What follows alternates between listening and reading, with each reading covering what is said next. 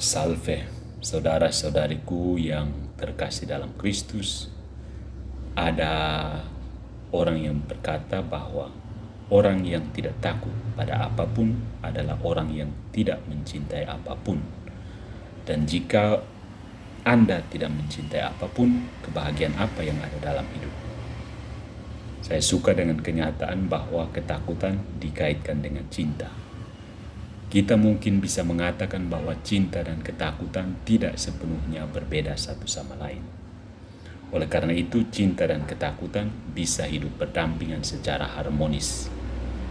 Seseorang berkata bahwa kita tidak bisa merasakan keduanya sekaligus. Tapi saya katakan itu bisa.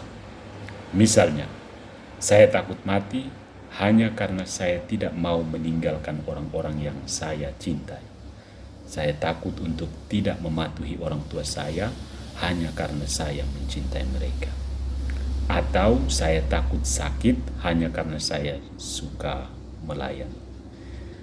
Oleh karena itu saya setuju dengan pendapat bahwa orang yang tidak takut apapun adalah orang yang tidak mencintai apapun. Kita semua memiliki ketakutan karena kita semua memiliki seseorang atau sesuatu yang kita cintai. Sebenarnya tidak ada yang salah dengan takut akan sesuatu. Takut adalah sebuah emosi, sesuatu yang kita rasakan dan kita tidak memiliki kendali atasnya. Contohnya, seorang yang sudah sering bepergian dengan pesawat, setiap kali naik pesawat pun masih bisa memiliki rasa takut dalam dirinya sendiri. Dan perlu menyadarkan diri sendiri, meyakinkan diri sendiri bahwa pesawat ini adalah alat transportasi yang paling aman dan harus menaruh kepercayaan bahwa semuanya akan baik-baik saja. Dalam teks Injil hari ini, Tuhan Yesus berbicara tentang takut. Beberapa kali Tuhan Yesus menyebut kata takut. Jangan takut pada siapapun karena tidak ada yang tertutup yang tidak akan dibuka. Jangan takut pada mereka yang membunuh tubuh tetapi tidak bisa membunuh jiwa. Lebih baik takut pada Dia yang dapat menghancurkan jiwa dan raga. Jangan takut, kamu lebih berharga daripada banyak burung pipit. Yesus sebenarnya tidak mengatakan bahwa takut akan sesuatu atau seseorang itu salah. Jika kita benar-benar menganalisis katanya secara mendalam, kita dapat menyimpulkan bahwa Dia sebenarnya mengatakan bahwa tidak apa-apa untuk memiliki rasa takut, tetapi dalam konteks yang tepat. Jangan takut pada mereka yang membunuh tubuh, tapi takutlah pada yang Jika kita harus takut pada sesuatu atau seseorang, kita tidak perlu menempatkan rasa takut itu pada tempat yang tepat. Kita takut akan sesuatu dan seseorang karena suatu alasan. Namun terkadang kita menciptakan ketakutan tanpa alasan sama sekali. Karena itu, jika kita takut akan sesuatu dan seseorang, pastikan itu untuk alasan yang benar. Yesus berkata, jangan takut pada mereka yang membunuh tubuh tetapi tidak dapat membunuh jiwa, melainkan takutlah pada Dia yang dapat menghancurkan jiwa dan tubuh. Terkadang orang lebih takut pada manusia lain yang hanya bisa menghancurkan tubuh kita dan akhirnya berusaha menyenangkan orang lain daripada menyenangkan Tuhan.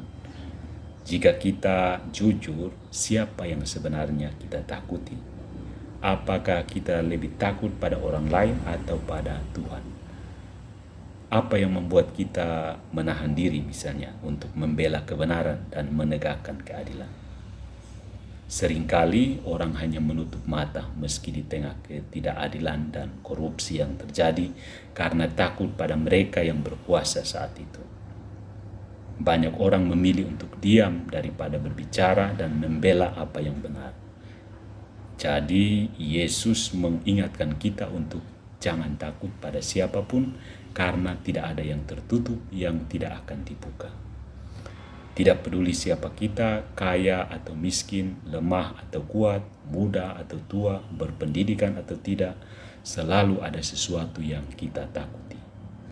Pertanyaannya adalah apa atau siapa yang paling kita takuti? Banyak orang takut mati, ada yang takut sakit dan penderitaan, ada yang takut miskin atau tidak aman secara finansial. Namun ada juga yang takut akan kesepian, penolakan, dan tidak dicintai. Baik bagi kita untuk mengenali ketakutan kita, namun jauh lebih baik kalau kita menyadari bahwa satu-satunya cara untuk mengalahkannya adalah dengan menaruh kepercayaan kita sepenuhnya kepada Tuhan. Kita hidup di masa yang paling menantang. Kita dihadapkan pada berbagai macam ketakutan.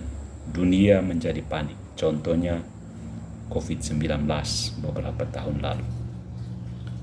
Itu menyebabkan banyak penderitaan di dunia. Tetapi kita percaya bahwa harapan mutlak ditemukan dalam kepercayaan penuh kita pada Tuhan yang Maha Pengasih. Dalam perjalanan hidup kita, yang memberi kita kekuatan untuk terus maju adalah kepercayaan kita yang tidak terbatas kepada Tuhan. Tidak peduli betapa sulitnya jalan yang kita lalui. Kita beristirahat dengan aman di dalam Tuhan yang tidak akan pernah meninggalkan kita dan yang sangat mencintai kita. Semoga